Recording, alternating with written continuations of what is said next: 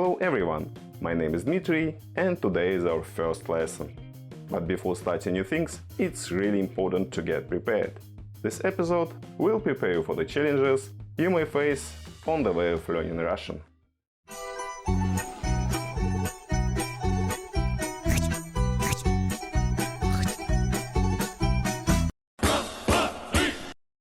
Many people know that Russian is a Slavic language, but what does it mean? Slavic languages is a big part of Indo-European languages.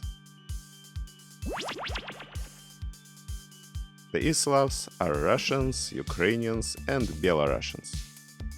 Among the West Slavs, you may know the Poles, Czechs and Slovaks. The South Slavs include the Bulgarians, Serbs, Croats and the rest of the nations of the former Yugoslavia. Actually, the name Yugoslavia means South Slavia. You may ask, if I learn Russian, will I understand the rest of the Slavs? No, but you will understand a lot of Slavic words. And if you decide to learn another Slavic language, it will be much easier. When learning new languages, many people tend to pronounce the words the way they used to, without trying to get the correct pronunciation. To speak correctly, it's not enough to know many words and grammar. You must sound correctly. Пошли, все вместе. For example, the letter R pronounced in Russian hard as R. R. Russia. Чё? Россия. And this letter is not A or E, it is A. There is also the letter U, which the most of my foreign friends can't even pronounce. Операция. Moreover, there are soft and hard signs, which can be confusing at first. So, learning every new word, make sure you get its pronunciation, because you don't want wasting time later for relearning. Russian is a synthetic language, which doesn't mean it's artificial, it's just the way of building words. But English is an analytic language, so get ready to think different. In contrast to analytic languages, which break up concepts into separate words, synthetic languages combine or synthesize them into a single word. Depending on gender, case and number, words in Russian change prefixes, suffixes and endings. If English is your first language, it must be a real pain in the back to understand.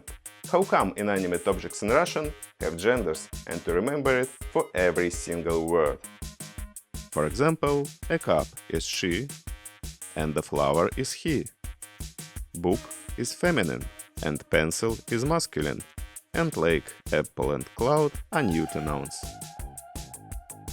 Moreover, depending on the gender, the adjectives change the endings too.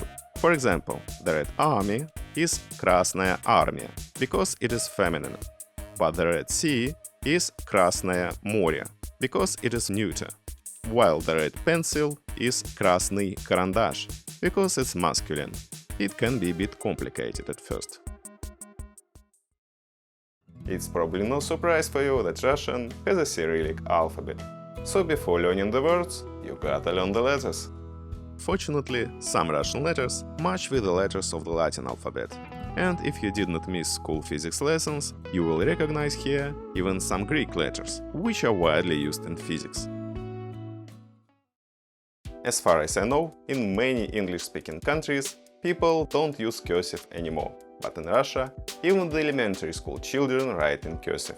So besides learning the block letters, you gotta learn the cursive, which can be a little tricky. Not everyone has good handwriting, and some people tend to write all letters almost the same way. But the most important thing for you is to learn how to write in order to fill out forms. After all, in our digital age, it's not that you have to read handwritten text every day. We just talked about things you should know before learning Russian. Now you have the first impression, and new things won't take you by surprise. After this episode, you are totally ready to learn the alphabet. And that's all for today. It was really nice seeing you all. Пока-пока!